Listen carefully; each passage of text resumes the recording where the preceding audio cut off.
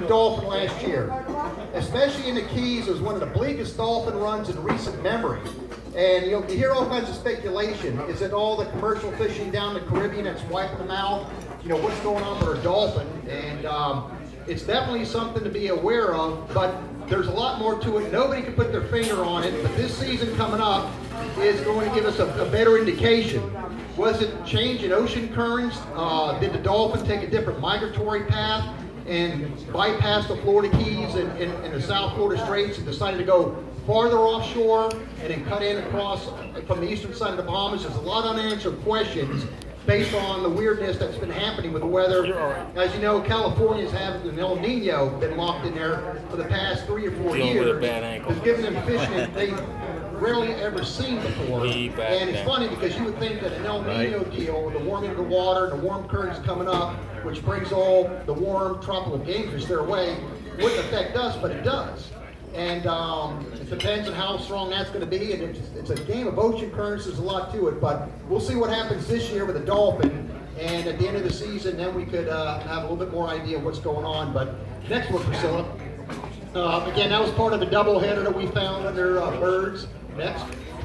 Here is where I think a lot of people don't make the effort to dial in more the dolphin. And that's because of the proximity to the Gulf Stream that we have here off of South Florida. The Gulf Stream in the winter comes its closest to shore off the Florida coast. I believe around that Jupiter area, it tends to come in its closest, then it starts pulling out. And you look at the continental shelf too, it's deeper there, and the continental shelf starts gradually going out farther. Now, we run out here, we see blue water. We could be 600-700 feet, there's blue water, we're in the Gulf Stream. People think just because they're in blue water, hey, it's the Gulf Stream here, let's put the baits out, we're gonna catch fish. You see blue water, but at times it's not necessarily the true Gulf Stream. And these are Roffers Fishing Forecast analyses. They live and die by them from the mid-Atlantic all the way to the northeast of the Gulf of Mexico. And here, when I go dolphin fishing, whether it's the Keys or out of Miami or local, is I want to know what the Gulf Stream is doing. This stream meanders, and it's like a snake. Some days you'll have the western edge that might be 3 or 4 miles, say, for example, off Port Everglades.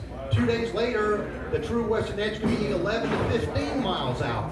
So you want to find out where the true edges are, the actual warm stream itself. Because this is a current that's flowing north 3 to 4 or 5 knots. And also you want to look to find out where it is exactly the eastern edge of it as well. And as the Gulf Stream comes up, there's some different features that happens or occurs on it. And one of them is it fingers. As you see the finger here, as this current comes up, sometimes you get a warm offshoot start to come off and come down. And eventually, as this stream's moving north, that finger gets reabsorbed in the stream itself and continues on. But these filaments could be extremely good to fish.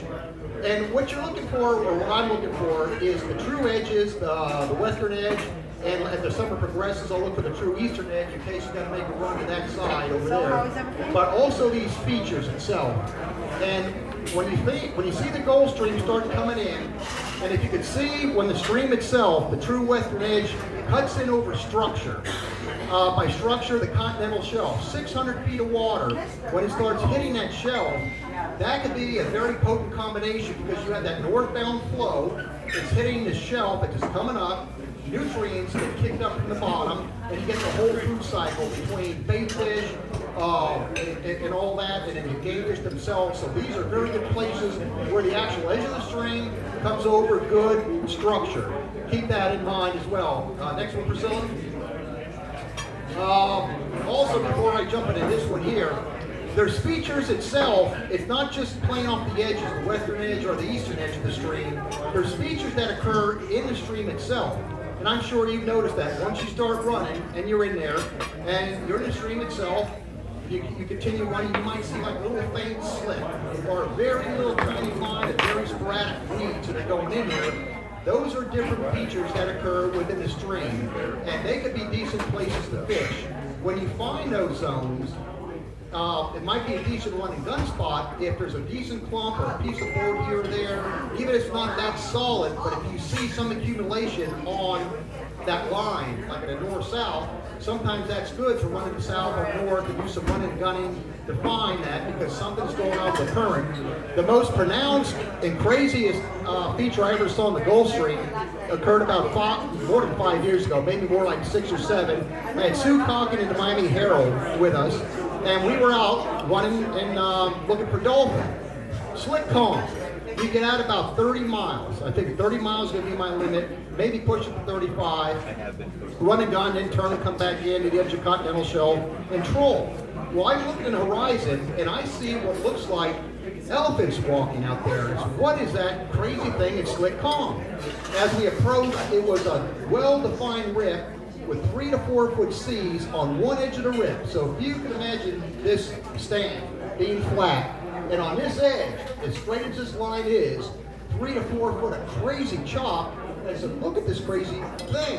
So I backed the boat off, and as soon as I eased into the chop, flying fish showered everywhere. So I turned the boat north at that point, we put out some baits, and we ended up with a 43-pound dolphin, a 28-pound dolphin, a 24-pound dolphin, I think a couple of 18s, and within 45 minutes, that flattened back out to absolutely nothing. So I called Mitch Roffer, who does the forecast analyses, because he keeps control. I said, Mitch, I explained what happened, where we were. He looked at it, and he says, what happens, like those fingers I just explained, sometimes you get an eddying effect. As the stream is moving north, sometimes part of that current catches a bottom structure out in the middle of the stream and starts to hook it and put it almost in like a circular fashion, almost like an eddy. And as that starts to spin, and that water turns around and starts to go south and opposes the northbound stream, you get that chop. And he says that's what you ran into, like a gyrate or some kind of an eddy that was coming back and reversing itself into the current, and it displaces everything up from the bottom. That's why all the flyers were in there, because of nutrients. That's why the dolphin were in there. So the stream itself has some unique features in the middle that you have to keep your eyes out. All right, this was something that I used to do a ton of, and I always used to encourage everybody to do, especially off a busy place like Miami and Fort Lauderdale, with all the pressure on these fish. You always wanted to be the first one out there on the weed line. And that meant leaving, super dark and early, trying to be out there when that sun starts coming up. If you can find a weed line 15 miles out and you're the only boat that sun's just cracking the horizon, you're in a prime position for a couple of reasons, especially as the summer progresses. As the water temperature heats up, as the summer progresses, the bait that's up in the upper layers of water column will start going down with the cooler water. And with them will go the game fish that are up in the upper water column foraging on them too. So early runs are always the norm, but let me tell you something I learned a couple years back, was that there's such a thing as too early of a run. And when you're running out, and I learned this from Sargasso weeds, they've got those gas bulbs on them, that during the night, sometimes those weeds will go down 10 feet or so, maybe 15 feet, and as that water temperature heats up, it fills the gas nodules on them, and it raises them back up, and it comes to the surface. How many times have we run out 30 miles looking for a weed line, have not seen anything, and then as we're coming back in towards the afternoon, here's one weed line, there's another one, another 5 miles, we're wondering, where did these weeds go? We didn't see them going out. That's part of the reason right there. So if you're making the early run, when you're running out there, if you got a fish finder that can get dialed in at the speed you're running, keep an eye on the fish finder to see any kind of a line that might show a weed line that's been submerged.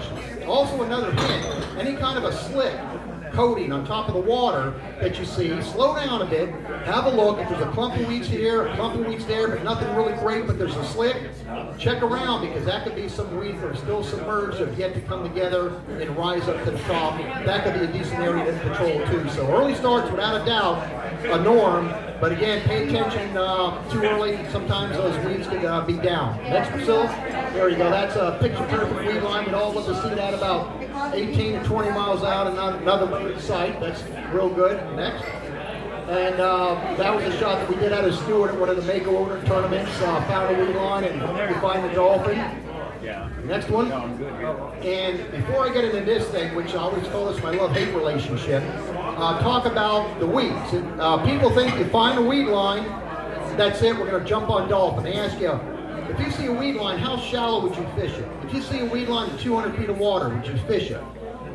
My general rule, if you can find weeds 500 feet, 450 on out, it's decent, especially if it's over good structure. Again, continental shelf, and again, well beyond if you can find weeds. But what's even almost as critical, when you look at the weeds, it could be a beautiful weed line. If you don't see bait underneath it, and you're moving up and down the line, there's no signs of life, you're better off continuing to run because those fish are there to forage on the bait that is up underneath these weed lines. So if you saw a beautiful weed line that had absolutely no bait under it, and if you saw some scattered weeds that had a lot of bait around them, you're better off fishing the scattered weeds with the bait than a super well-defined weed line with nothing on it. It's not to say that you can't score on those bigger lines, but you got to fish the bait. The reason the fish are there, not what people want you to think, that they're there to beat the summer heat, that, don't get a sunburn and hide underneath the weeds. They're there to feed, and one thing only. So find the bait, find the fish. All right, my love-hate relationship here. And I talked about this a lot at our seminar series this year. It used to be that those of us with an open array antenna and radar could fine-tune our radars, and it still is.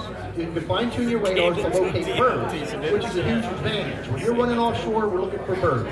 And when you can mark them on the radar, you see them, you run over, they're working, and chances are you're going to be on something. So, you can explain to somebody how to manually fine-tune your radar to locate birds. And it's a process. You can explain, you turn that gain all the way up, red out that string and slowly back it down to where you just lose the noise and you watch what it expects. But if somebody didn't have the experience of doing that, it would take them a while on their own to really get the hang of it, look what the birds look like, and fine-tune it. Thank you. My new Mako we got in May, Simrad, said we're going to put our new radar, the Halo 4, on it. It's a pulse compression radar system, and they said what you're going to enjoy on this is it has a bird mode. You push a button, it'll find birds for you. And I started laughing. I said, Simrad, you're a top shelf company. This is like a gimmick thing that a kid would do. And they said, no, that you push the button, you find birds. And they're explaining this to me, and I still didn't believe it. I said, okay, Thank you.